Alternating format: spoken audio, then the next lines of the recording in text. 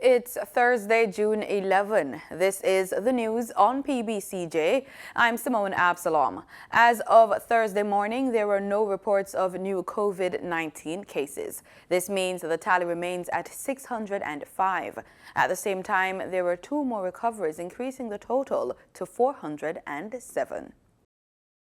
Jamaica is set to benefit from the acquisition of additional personal protective equipment and medical supplies valued at more than $100 million to bolster the response to the novel coronavirus outbreak COVID-19. The provisions include gloves, surgical and N95 masks, surgical gowns, goggles and face shields.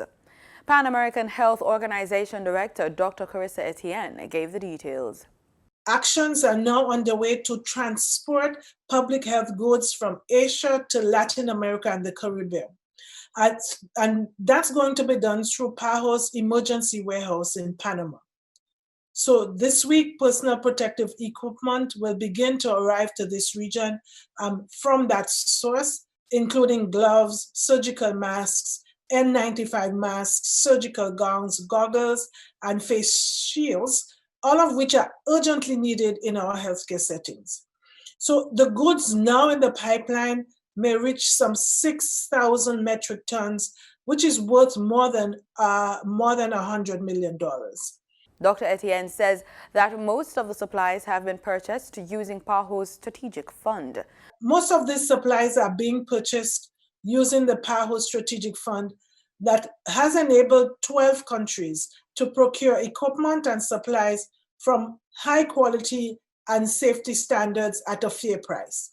So we are especially grateful to the global support that we've received from WHO, but that global support to WHO as well, and the regional support to the Americas from important governments, Canada, Great Britain, India, and Japan, as well as the European Commission, the World Bank, and the UN Central Emergency Response Fund that provided a donation of some $30 million to provide much needed supplies and equipment to countries in need. Dr. Etienne was speaking during a PAHO COVID-19 digital media press briefing this week. The House of Representatives on Wednesday paid tribute to former Minister of Labour and Social Security Shahini Robinson and former Education Minister Dr. Neville Gallimore, both members of the ruling Jamaica Labour Party, who died late last month. Mrs. Robinson was Member of Parliament for North East St. Anne and served the people of that constituency since 2001. Dr. Gallimore served as a Member of Parliament for Jamaica for Southwest St. Anne for over 30 years as a member of the Jamaica Labour Party. When I ran for leader of the party, Dr. Gallimore did not support me. However, after the race and the matter was settled, I received a call from Dr. Gallimore congratulating me and committing his full support.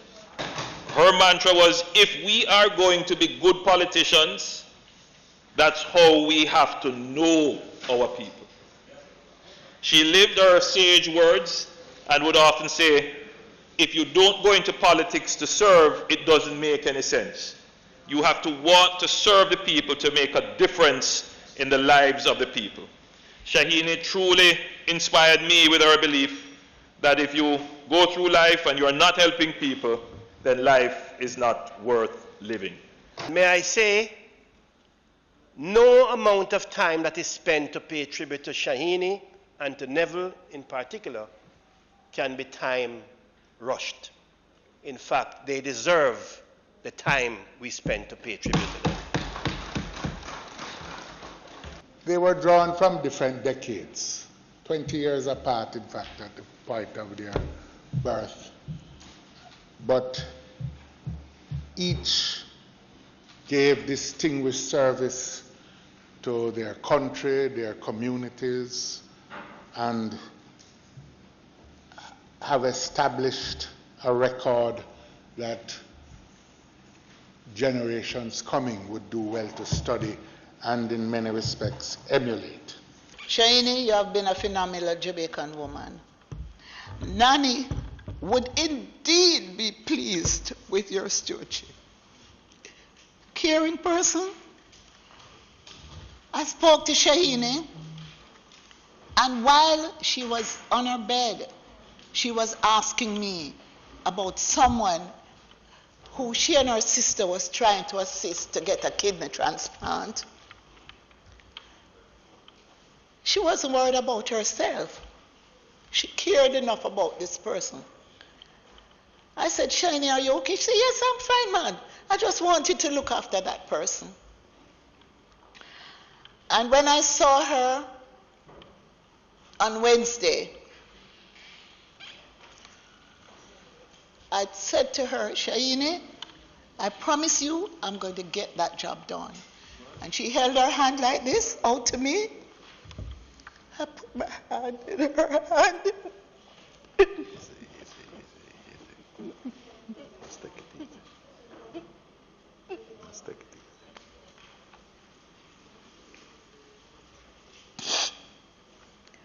And she said, okay.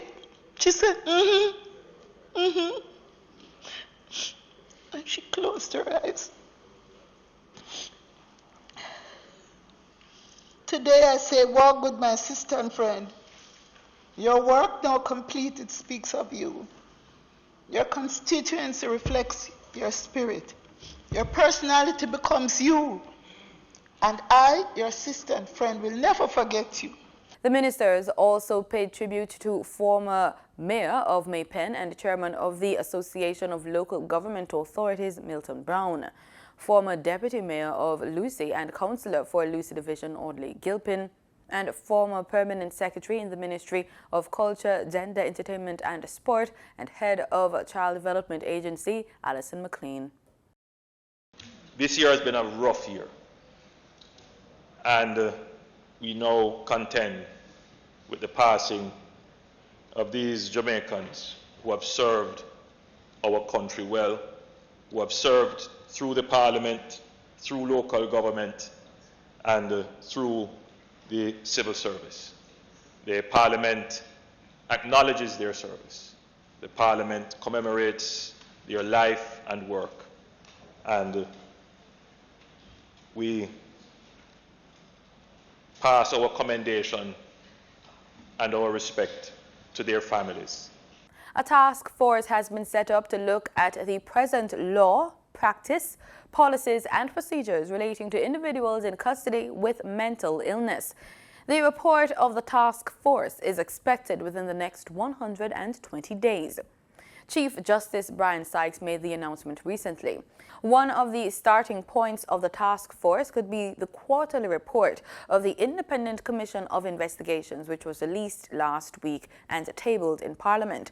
According to Indicom, there are 146 mentally ill inmates who have been detained and deemed unfit to plead, awaiting trial at the Tower Street Correctional Centre in St. Catherine and others. Of that number, 9 have been deemed fit to plead. 130 are still considered unfit to plead, while the status of 7 is unknown. A report on Monday night's fire, which destroyed the railway ground market in downtown Kingston, should be in the hands of the Jamaica Fire Brigade by Friday. Assistant Commissioner in charge of Area 1 of the Jamaica Fire Brigade, Andrew Russell, says 120 stalls and 4 containers were destroyed in the blaze. A fire at the railway market in April last year caused extensive damage to goods and other property owned by vendors. Sections of the market have been damaged by various fires over the years. A recent outbreak of the novel coronavirus, or COVID-19, has touched the lives of many families across the world. To date, just over 300,000 people have died from the virus worldwide. One Jamaican who is deeply affected by the novel coronavirus is record producer Nigel Brown. Marlon Samuels has his story. Yo. Record producer and salesman Nigel Brown is still reeling from the news that his fiancée, who is also the mother of his child, is dead. Originally from Guyana, she succumbed to the COVID-19 virus in her native Guyana a few days after receiving the diagnosis. I was here thinking about protecting my own self, you know, not knowing that I have a tragic news coming at me wherein I lost my loved one, you know, in Guyana. So I feel it, you know, greatly because I lose a loved one, you know, a baby mother, you know, I lost a baby mother. She used to reside in Trinidad, you know, and she lately moved to Guyana, you know. That's where she, you know, she was, you know, pronounced, you know, by this dangerous disease, you know, virus called COVID-19. Well, it was back in 2009 when I went to Trinidad, you know, I met this young lady, you know, by the name of Samantha Wright, you know, and we got together. I was there for about 4 to 5 years, and, you know, being together, you don't know, you know, it wasn't no social distance, you know. Yeah, we communicated well and, you know, we produced this nice young child, you know, so I'm sadly hurt. Unable to travel to Guyana due to border closures, she was laid to rest without him being present. The couple produced a son, while they both lived in Trinidad. The boy, now 6 years old, resides with his grandmother in Guyana. She is reportedly frail and not in good health. He desperately wants to be reunited with his son. Well, it would be my greatest wish, based on that his mom is now a deceased, you know. Sorry to say, you know what I mean. My condolence to the rest of family abroad, you know. But it would be my greatest wish to have him, you know, here with me now, you know. I can, you know, extend his growth, you know. And I'm patient, yet still I'm still, you know, in haste of seeing my child. Based on his other half is already gone, you know. I think I'm the most perfect representative right now, you know. So I really need some help, you know, from the government or anyone, you know, capable. Oh, greetings, man. Welcome, welcome, welcome. Blessed, blessed, blessed. Mr. Brown, a resident of the Cassava Peace community in St. Andrew, says the coronavirus has robbed him of his fiancée and the opportunity to take care of his son, as he's not able to bring him to Jamaica due to the financial problems incurred from the death of his fiancée. He says COVID-19 is also robbing him of his income.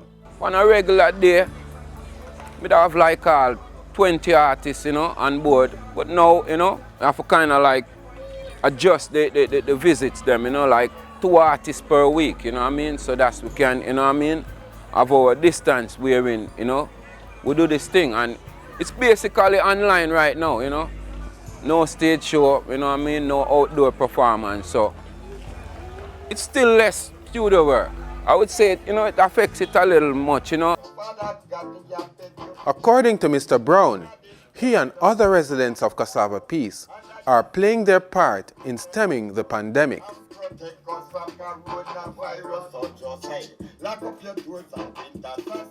Well, go on, where you go without your mask, General? Yeah, man. You not left your mask, man, you know that too. I'm to your mask. Hold on, you not cooperate with the justice system. Health before wealth, you know. Go find your mask. Go dig up your mask. Don't leave your mask. Or go mask out. You know, you have non-believers and you have people that is educated to the present situation.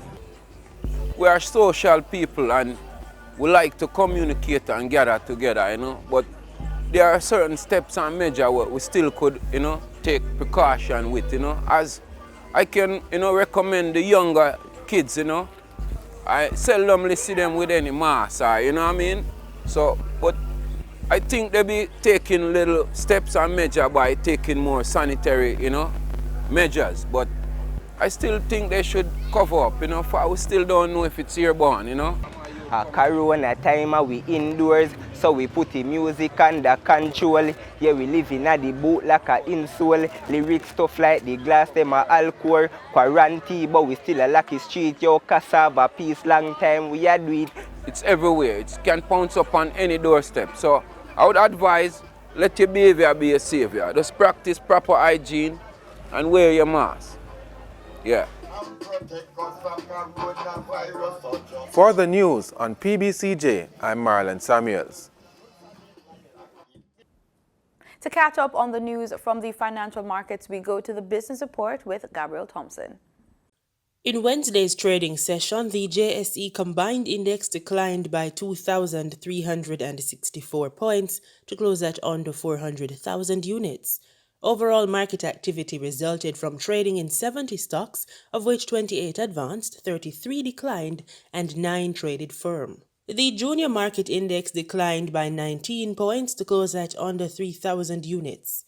Stocks advanced for Remand Trading Company, Elite Diagnostic Limited, and Everything Fresh Limited.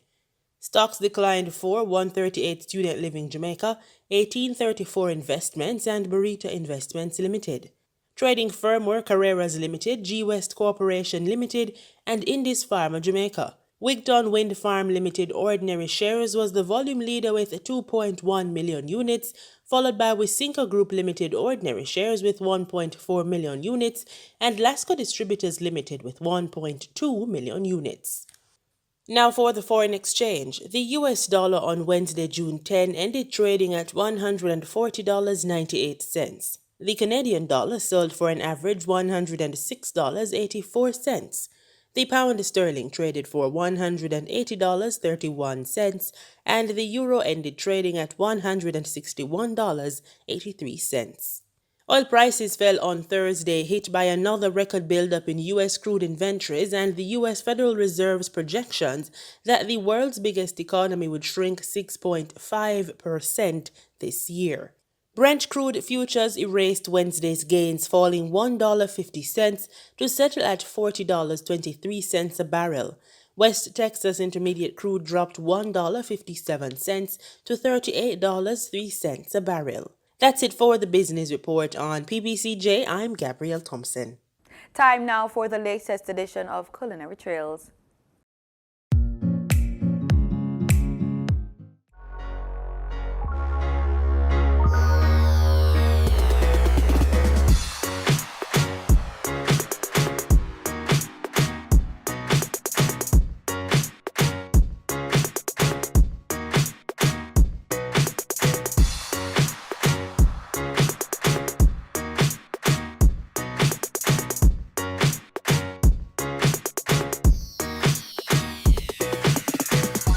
This week on Culinary Trails, we have a seafood spread specially delivered by Honesty Seafood Company, and we got the delivery from Miss Honesty herself.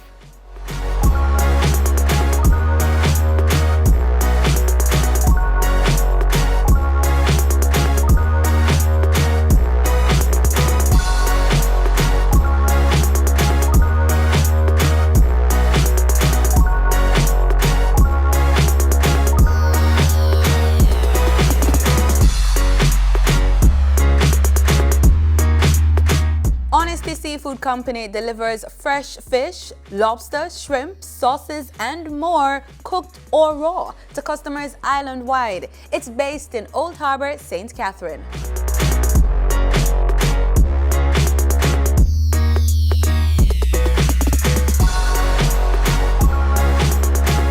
Hi everyone, my name is Trevine and I am the CEO of Honesty Seafood Company, where we catch, clean, and deliver fresh seafood.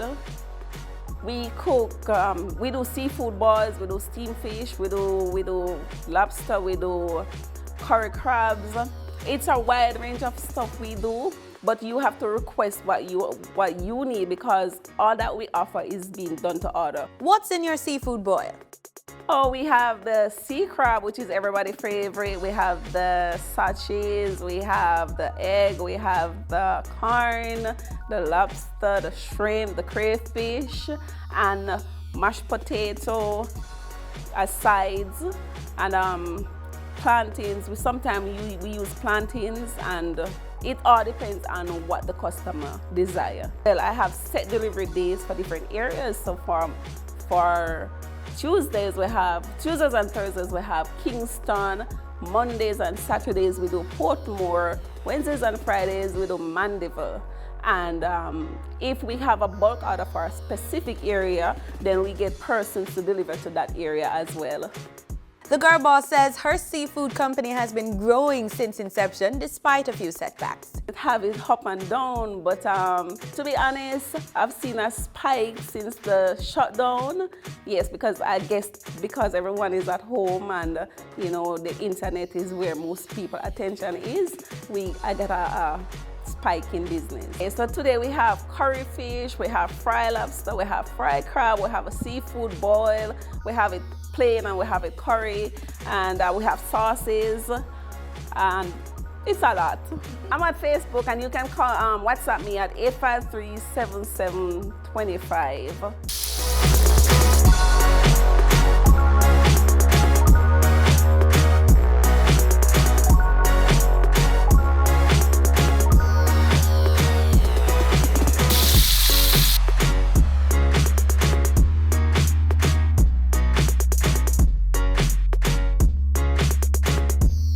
The idea to sell seafood online has been around for a long time, and it was something that I actually started years ago, but I did not get very far because I was preoccupied with trying to focus on corporate, but I was not the person to do the 9 to 5, so I had to think of different ways, and I did try different stuff, but this is the one that gave me the woo. And so I took it, I took the risk. It came to me naturally, and I took it. And, you know, within a few months, it has paid off. Guys, you have to check out Honesty Seafood Company in Old Harbour. Be sure to go online, Google them, get their contact numbers. They make such good seafood, very yummy. And I just love that they deliver.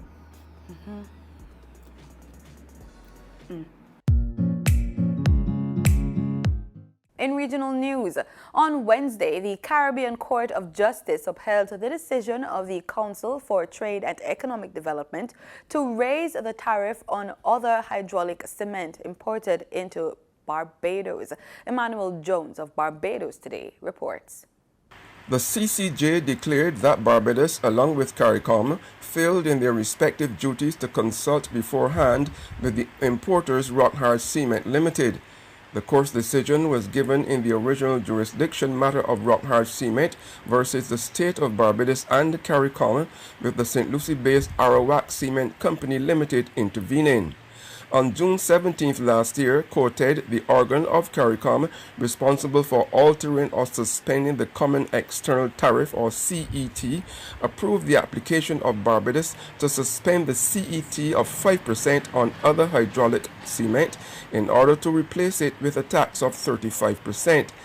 The full 7-member tribunal, presided over by Justice Adrian Saunders, said the suspension was authorized for a period of 2 years and not the 5 years requested. Rockhard imports into Barbados other hydraulic cement, which is manufactured in Turkey. The regional panel of judges found that Rockhard Cement was not consulted or notified before the application to raise the tariff was made or granted, although both Barbados and COTED were aware of the impact the COTED decision would likely have had on that company. President of the court, Justice Adrian Saunders, said Rockhard had claimed that the decision to raise the tariff should be annulled because it had a legitimate expectation that Barbados would keep the import tax steady at the CET rate of 5%. But Justice Saunders said that because the consultation required for an application of this type was limited to obtaining information as to the impact of the proposed import tax increase, the court decided that the effect of the failure to consult did not call for annulment of the decision. The CCJ expressed dismay that CARICOM had failed to maintain an effective system of consultations at the national and regional levels as required by Article 26 of the revised Treaty of Chaguaramas. In response, Executive Chairman of Rockhard Cement Mark Maloney expressed delight at the outcome. Maloney said he was confident that in light of the judgment and taking into account the need for fair trade and a competitive environment, the government of Barbados will consider what needs to be done with the duties on cement, especially in view of the importance of the construction sector to the economy and the financial pressures that everyone is already under at this time. Neither Attorney General Dale Marshall nor the attorney for CARICOM, Dr. Carlita Bob Schaefer, could be reached for comment up to last night. Emmanuel Joseph for Barbados Today. Over 400 employees at Coconut Bay Resort in St. Lucia have been made redundant. These are just the latest workers to lose their jobs to the economic downturn caused by the global pandemic, COVID-19. Leading fast food chains and other hotel resorts have also reportedly let go scores of employees over the past few weeks. Stanley Lucian reports for HTS News. This was the news that the workers of the Coconut Bay Beach Resort and Spa had dreaded, but the call came for many on Wednesday morning. More than 400 workers of the resort were made redundant and called to collect their letters and severance pay. This lady has been employed with the resort for about 11 years. She seemed resigned to her fate. Just tell us what you came and do today. And collect my check. Bring Coconut Bay uniform for them and collect my check. How long have you been with the institution? From 2009 until now, 2020. This man had been working with the Coconut Bay Beach Resort and Spa for about 5 years. He says it's bad enough to join the swelling ranks of the unemployed at this time, and a further blow to be given far less than the amount to which he thinks he is entitled. How long have you been working in the company? Well, July the 1st will be 5 years working with them. I understood they asked you all to bring in all your valuables. Yeah, well, we had to bring it in, but I just find after 5 years, the money I got, I was expecting more. After 5 years, to me, every year is supposed to be at least $1,000. This lady shared the sentiment of her former colleague. She says the process should have been handled far better. I got the information from a staff member. I didn't get it from a supervisor or manager, but I maybe believe they were busy, but still, they could at least message us or call us and let us know. And then everybody had to be coming there to collect their money, and the money they gave us is not, it's just like NIS. Did you say the valuables were supposed to be returned? Yes, they rob us. That's what I could say. But we cannot do nothing about it. It's what is it? It's life, so we just have to just take what they give us.